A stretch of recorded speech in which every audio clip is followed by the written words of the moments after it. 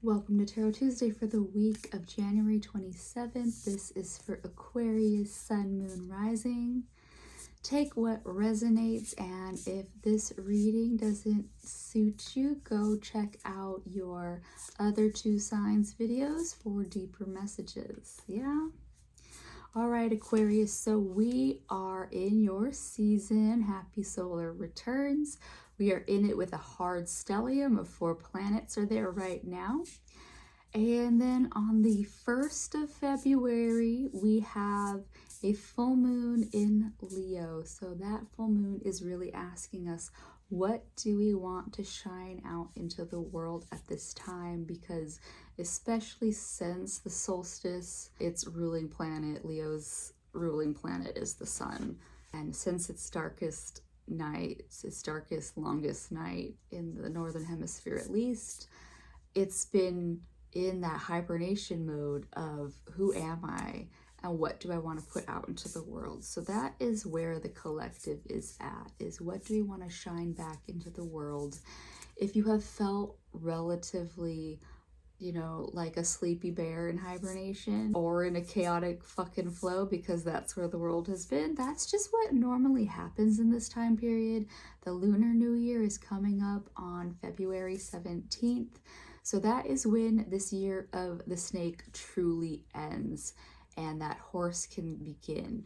But know that this year of the snake, it's also, we're doubling down with the snake only comes around every 11 years. And 9-year cycles in numerology also only come around every 9 years. So we're going from a 9 to a 1, the snake to the horse. And this hasn't happened in quite some time. So that is the density, that's the heaviness that everybody is feeling right now. And so yeah, it feels like a lot because we're shedding more than we normally do. On that too, we have Uranus going direct on February 3rd. And so Uranus, this revolutionary planet being retrograde, has led a lot of us to have our own internal revelations of whole perspectives and beliefs, habits, doing a 180, and we are a whole new person coming out on the other end. And so with us, it's the one to the many. For every little revolution, for every change that I go through, the collective is equally doing it mirrored back. Yeah? So that's where we are, Aquarius. To do so in honor of your season, we're using the StarSeed Oracle deck by Rebecca Campbell. One of those decks that I got during my birthday season. It is still so beautiful. One of my favorites. And let's see where it leads you, Aquarius. What does Aquarius have? Whale and Orca Elders. I feel like you've had this before, but we'll see. Share your song, frequency of sound, diving deep.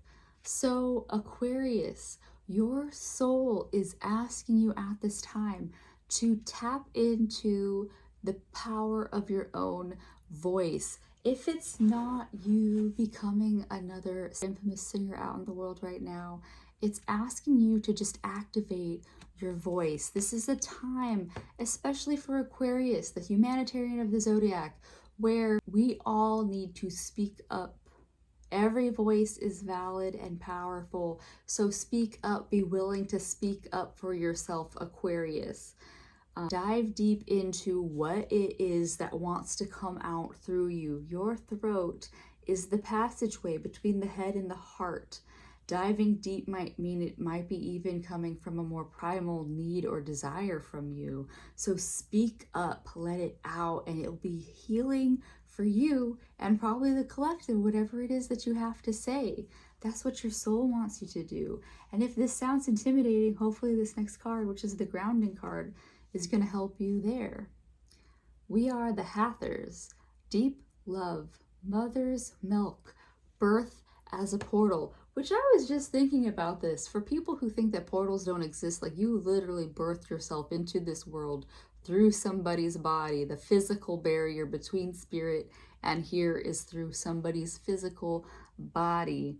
But that deep love for you, Aquarius, all of us, regardless of gender, have this tie to, if not our actual mothers, to the mother as in Gaia, Mother Earth. So for you, Aquarius, tap into that connection to deep love, which when people connect to their heart, but we also connect to our heart as in that womb space. That is where the seeds or eggs of creation live in us, in our bodies, in our physical bodies. So for you, Aquarius, really tapping into that soul vine energy, grounding into your own potential, your own creative potential. And that is going to help you speak your truth. The sacral and the throat chakra are actually very deeply tied to each other. So if something's going off in one, something else might show up in the other, is how it goes a lot of the time. Yeah. All right, well, that's what I have for you from the StarSeed Oracle, Aquarius, but I am going to pull a card from the Land and Sky Oracle deck. It is by a woman who is also a yogi, and so she brings those aspects of yoga out in the natural way with these cards, is the best way to describe it. So let's see what that means for you. Howlite. Intuition.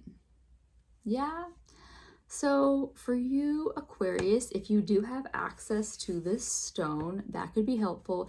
Howlite's also really good for insomnia. So it's a really good soothing stone for bedtime. If your mind is overactive, using this stone will help you find more calm. But this week, it's mostly about like your intuition, tapping into that, like that seed space of your womb, the seed or the egg that's there. Tapping into that creative drive energy is what's going to connect you on that more higher like spirit realm. Tapping into that seed or egg womb space is going to actually connect you to those more etherical channels, and then you'll be able to create or sound out things from a place of your intuition versus the noise that is happening in the world right now. All right, Aquarius, well, that's what I have for you. I hope that you do find a way to tap into healing that throat energy so that we can hear all those beautiful messages that Aquarius has for us during your season. And I'll see you next week. Bye.